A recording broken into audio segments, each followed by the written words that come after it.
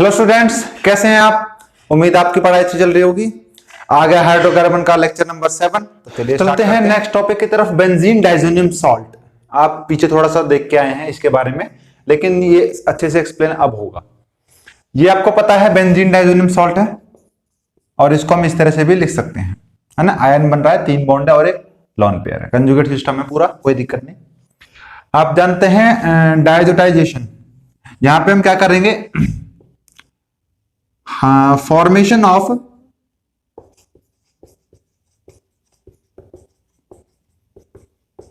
BDS या कहें process of formation of benzene diazonium salt is called डायजोटाइजेशन। Clear? क्या लेना है यहां पे? सबसे पहले एनिलीन, यहां तक तो आप वाकिफ होंगे। ये NaNO2 लेते हैं, HCl लेते हैं, 0 से 5 डिग्री सेल्सियस टेम्परेचर होता है, आइस कोल्ड, और यहाँ पे क्या बन जाता है, बेंजीन डाइजोनियम सॉल्ट। अच्छा, एक बात और, जो बेंजीन डाइजोनियम सॉल्ट है ना, वो आप अपने को जो स्टोर करके ना बहुत रेयर केस में मिलेगा, क्योंकि ये क्या होता है, ड्राई स्टेट में एक्सप्लोसिव होता है ना।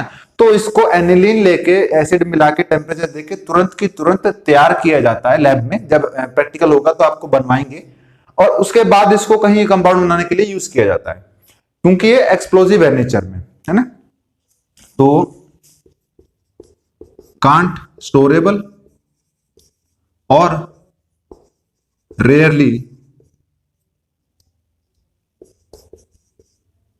स्टोरेज मिलती है इसकी, स्टोरेज, ठीक है। अब इसके मैकेनिज्म देख लेते हैं, जो बहुत इंपॉर्टेंट है, कैसे होगा।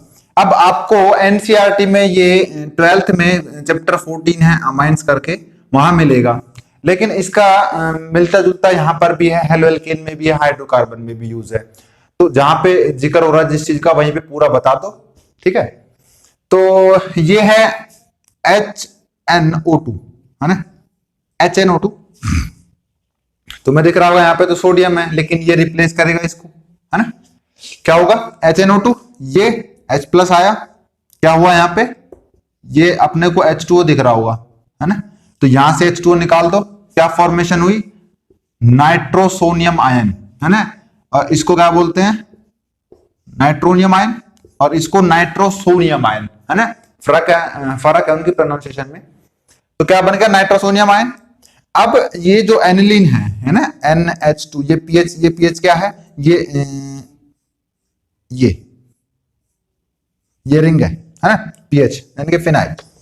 तो ये एनिलीन है, एनिलीन पे कनेक्ट करेगा नाइट्रोसोनियम आयन, है ना। नाइट्रोसोनियम आयन एक्ट करेगा तो क्या होगा, ये वाला बॉन्ड क्लेवेज होगी यहां पे इस तरह से, और यहां पे कैटायन फॉर्मेशन होगी, यहां से H प्लस निकाल दिया। उसके बाद ये जाके इस हिस्से से जुड़ गया, इस तरह से इंटरमीडिएट बना लिया, ठीक। अब यहां से H प्लस निकाल दिया, यहां पे हम वापस दे रहे हैं ताकि OH, ये वाला बॉन्ड टूट सके और यहां पे OH बना सके। OH बनाने के बाद यहां पे क्या हुआ, दिख रहा होगा आपको, H2O निकाल दो, ये बन गया हमारा बेंजीन डाइजोनियम सॉल्ट, है ना। बहुत छोटी छोटी चीजें हैं, याद रखिए, है ना, घबराइए मत। आप अगर किसी पत्थर को तोड़ते हो, है ना, किसी मान लो ईंट पे हथौड़ा मारते हो सकता है वो पहली चोट में ना टूटे, दूसरी में ना टूटे, लेकिन अगर वो तीसरी में टूट रहा है ना, तो इसका मतलब ये नहीं है कि जो तीसरी चोट है उसी से पत्थर टूटा है, नहीं। पहली चोट का भी कुछ असर रहा होगा, दूसरी का भी कुछ रहा होगा, जब ही जाके वो तीसरी में टूटा है ना। तो अपने आप को मोटिवेट रखें, जमकर मेहनत करें। पता है, मोटिवेशन और ये सब ये बकवास चीजें होती हैं। अगर आप मान लो 4-5 घंटा डेली दे रहे हो ना पढ़ाई को, अपने मन से खुद से पढ़ रहे हो, तो आपको जो टेंशन है, डिप्रेशन है, इस तरह का दिमाग में आएगा ही नहीं, खुशी से नींद आएगी आपको, है ना। चलते हैं आगे नेक्स्ट टॉपिक पे। नेक्स्ट देखते हैं स्टेबिलिटी किसकी, बेंजीन डाइजोनियम सॉल्ट की और एल्काइल डाइजोनियम सॉल्ट की। भाई डाइजोनियम सॉल्ट तो कहीं भी बन सकता है ना, बेंजीन में भी और एल्काइल ग्रुप में भी। स्टेबिलिटी देखते हैं कि यहां पर तो ये स्टेबल है क्योंकि कंजुगेट सिस्टम में है ना, यहाँ पे लोन पेयर है, बॉन्ड है, फिर चार्ज है ना। तो यहां पे जब हम इसको N2 निकाल देंगे तो ये लेस स्टेबल हो जाएगा, क्योंकि यहां पे क्या है, डबल बॉन्ड। डबल बॉन्ड होता है इलेक्ट्रोनेगेटिव, इलेक्ट्रोनेगेटिव होता है तो प्लस चार्ज है, स्टेबल नहीं होने देगा। यहाँ पे क्या है, यहाँ पे अल्काइल डायज़ोनियम सॉल्ट है, N2 निकालेंगे तो यहाँ पे ये प्लस चार्ज तो आ गया, लेकिन ये क्या है, इलेक्ट्रॉन रिलीजिंग ग्रुप, यहाँ तो वैसे ही भुखमरी है, तो ये स्टेबल हो जाएगा, कोई दिक्कत नहीं। तो अल्काइल कार्बोकेटाइन मोर स्टेबल है बजाय इसके। चलिए स्टेबिलिटी आ गई अपने को। अच्छा, HNO2 भी का केस भी कुछ बेंजीन डाइज़ोनियम सॉल्ट जैसा ही है कि HNO2 prepared during the reaction, जब रिएक्शन करवानी है तभी प्रिपेयर करना पड़ेगा, otherwise it may get oxidised to HNO3, जिसको हम नाइट्रिक एसिड के नाम से जानते हैं, तो वो सारा गेम पलट जाएगा। ठीक है।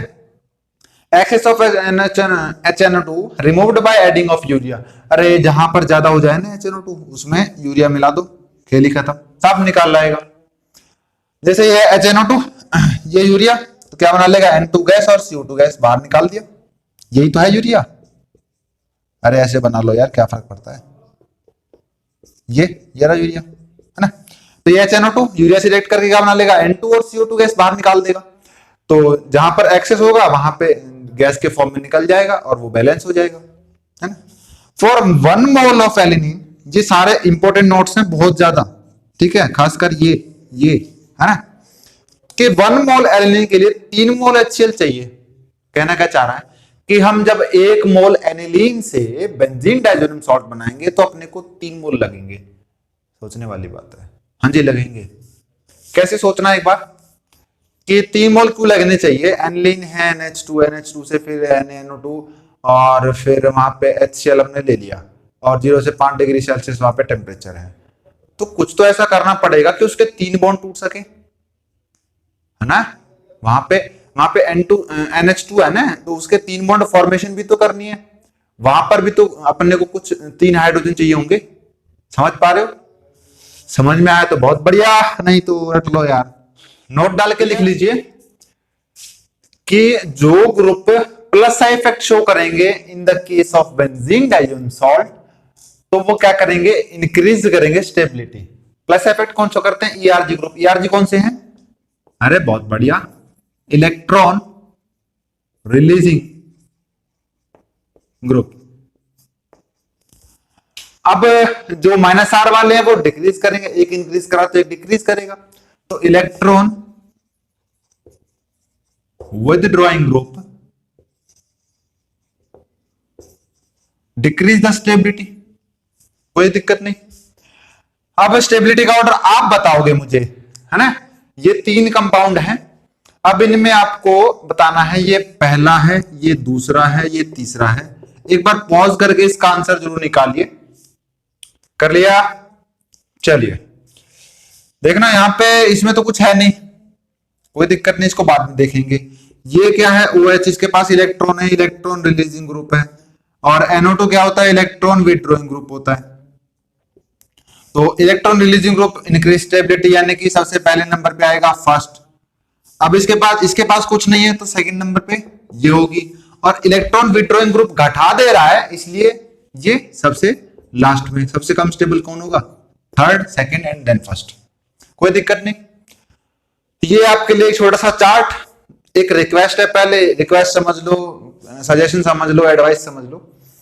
इस पोर्शन को एक व्हाइट पेज पे छोटे से चिपका के, मतलब पेपर पे लिख के, और अपने बेड के साइड में या कहीं गेट पे चिपका दीजिए, है ना। 2-3 बार दिन में देख लीजिएगा, अभी तक नहीं, लास्ट तक, जब तक एग्जाम नहीं हो जाता।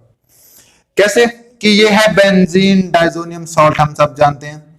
अगर बेंजीन डाइज़ोनियम सॉल्ट में HCl और CuCl डाल दिया तो यहां पे बन गया क्लोरो बेंजीन। अगर यहां पे HBr डाल दिया और Cu के साथ Br डाल दिया तो ये बन गया ब्रोमो बेंजीन। अगर पोटेशियम आयोडाइड के साथ खाली गर्म कर दिया तो ये क्या बन गया, आइडो बेंजीन। खैर इनके नाम तो हमें पता होंगे यार, है ना। और CuCl डाल देते हैं, यहां पे साइनाइड ग्रुप जुड़ गया। इन सारी रिएक्शंस को एक ही एक सेकंड, मेरे यहां पे भी है, एक मिनट यहां पे, है ना। चलो इसको ये अलग कैटेगरी की, इसलिए बाद में बताऊंगा। यहाँ पे क्या है, ये इस तरह से जुड़े हुए हैं, तो इन सभी को क्या बोलते हैं, ये सारी की सारी किस्में आती हैं सेंड में रिएक्शन में। कैसे, बेंजीन डाइज़ोनियम सॉल्ट से HCl HBr CuCN KI ये सारी किस्में आती हैं सेंड मेयर रिएक्शन में। एक पोर्शन क्लियर हुआ। अब देखते हैं अगर HCl हो और उसमें कॉपर पाउडर का यूज किया जाए बनेगा तो ये भी क्लोरोबेंजीन ही, लेकिन यहाँ पे नेम रिएक्शन क्या हो जाती है, गेटरमैन रिएक्शन। ये पीछे भी आ चुकी है ना। HCl कॉपर पाउडर यूज करेंगे तो गेटरमैन रिएक्शन। अगर यहां पे हम यूज करते हैं HbF4, इसको बोलते हैं फ्लोरोबोरिक एसिड। नहीं दिख रहा है तो मैं बोल दे रहा हूं फ्लोरोबोरिक एसिड। फ्लोरोबोरिक एसिड से यहां पे इंटरमीडिएट बनेगा, इंटरमीडिएट से यहां पे खाली ये ब्रोमीन निकाल देना अपने को। यहां से क्या निकल रहा है, -BF3 है ना। ये निकाल दिया तो यहां पे क्या नाम हो गया इसका, फ्लोरोबेंजीन बन गया। और बॉल्स-शीमैन रिएक्शन, बॉल्स-शीमैन रिएक्शन आपको बॉल्स-शीमैन नहीं मिलेगी एनसीईआरटी में है ना, थोड़ी आउट ऑफ सिलेबस है। बॉल्स-शीमैन रिएक्शन अच्छी किताबें हैं उनमें मिल जाएगी। और यहां से जो इंटरमीडिएट था इसमें अगर NaNO2 डाल दिया तो ये बन गई सेंड मेयर रिएक्शन। और यहाँ पे क्या बन गया, नाइट्रोबेंजीन है ना, NO2 जुड़ गया खाली। ठीक है, एक बार फिर से कर लें। क्या HCl CuCl यहाँ पे क्लोरोबेंजीन, HBr CuBr यहाँ पे ब्रोमोबेंजीन, KI अगर वार्म कर दिया तो आयोडोबेंजीन, CuCN में साइनाइड जुड़ जाएगा और इन सबको क्या बोल रहे हैं, सेंड मेयर रिएक्शन। दूसरी तरफ अगर HCl है कॉपर पाउडर यूज करके बना रहे हैं तो गेटरमैन रिएक्शन। अगर फ्लोरोबोरिक एसिड यूज करके अगर फ्लोरोबेंजीन बना रहे हैं तो बॉल्स-शीमैन रिएक्शन। और इसी इंटरमीडिएट में अगर NaNO2 का यूज कर लें और नाइट्रोबेंजीन बना लें तो सेंड मेयर रिएक्शन। इतनी बात क्लियर है, समझ लेना अच्छे से। ये बार बार लिख के प्रैक्टिस करनी पड़ेगी तभी याद होंगी। नेम रिएक्शन से कोई इलाज नहीं है। ठीक है, नेक्स्ट है कपलिंग रिएक्शन, जहां पे बनेगा एजोडाइन कंपाउंड। एजोडाइन कंपाउंड जहां पे दो नाइट्रोजन कुछ इस तरह से अरेंजमेंट में जुड़े हो, है ना। ये है वही बेंजीन डाइज़ोनियम सॉल्ट। ये कैसा है, एक वीक इलेक्ट्रोफाइल है। इलेक्ट्रोफाइल मतलब यार प्लस चार्ज है तो इसको इलेक्ट्रॉन्स की नीड है। तो ये क्या करेगा, attack on more activated ring. ये इसका नेचर है, ये जो ज्यादा एक्टिवेटेड रिंग होगी उस पर अटैक करने की कोशिश करेगा, है ना। जैसे ये कोई ग्रुप है, ग्रुप कौन कौन सा हो सकता है, OH NH2 या OR, ये हो सकते हैं ग्रुप यहाँ पे। और ये वही अगेन बेंजीन डाइज़ोनियम सॉल्ट है ना।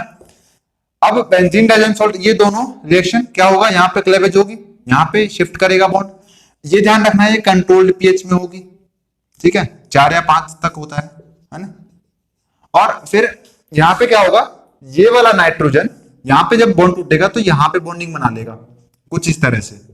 और ये क्या बनाएगा, एजोडाई है ना, कंपाउंड का कॉमन नेम है एजोडाई कंपाउंड। जैसे यहाँ पे अब NH2 सकता है तो एक और देख लेते हैं NH2। ये अगेन वही, ये बॉन्ड यहाँ शिफ्ट करेगा, ये बॉन्ड यहाँ शिफ्ट करेगा तो यहाँ पे 4 से 5 pH पे ये फिर से क्या बन गया, एजोडाई कंपाउंड। क्लियर। अच्छा, अमोनिया H+ एक्सेप्ट करके एक एनिलियम आयन भी बना लेता है। आयन अपने को पता, ज्यादा स्टेबल तो होता नहीं। ऐसे यहाँ पे OH मिल जाएगा तो क्या बना लेगा, न्यूक्लियोफिलिक एसिड। ये जस्ट जनरल नॉलेज के लिए बताया है, ये इंपॉर्टेंट है, ये इंपॉर्टेंट है। ये दिख रहा है आपको, ये क्या है, फिनॉल। फिनॉल को बेसिक मीडियम में रख दोगे तो वहां पे वो H+ छोड़ देगा। ये क्या बन जाएगा, फिनॉक्साइड आयन। फिनॉक्साइड आयन के बारे में लिख लीजिए।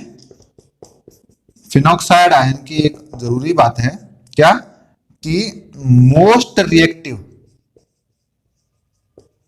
Compound in organic. Organic chemistry में फिनॉक्साइड आयन से ज्यादा रिएक्टिव कोई नहीं है। ये मोर एक्टिवेटेड रिंग है बजाय इसके, क्योंकि यहाँ पे इसने H+ छोड़ दिया। H+ छोड़ दिया तो फिर ये रेजोनेंस में आएगा, रेजोनेंस में आएगा तो स्टेबिलिटी बढ़ जाएगी। और एक तरह से देख लो, यहाँ पे इलेक्ट्रॉन डेंसिटी है 1 पेयर 2 पेयर 3 पेयर, नीचे तो वैसे भूखे नंगे बैठे हैं भाई, यहाँ पे डबल बॉन्ड, यहाँ पे डबल बॉन्ड, यहाँ पे डबल बॉन्ड, तो इनको इलेक्ट्रॉन डेंसिटी की जरूरत है तो ये शिफ्ट करेगी तो इसकी स्टेबिलिटी ओवरऑल बढ़ जाएगी, है ना। तो ये मोर एक्टिवेटेड रिंग होगी। क्लियर। आज के लिए बस इतना ही।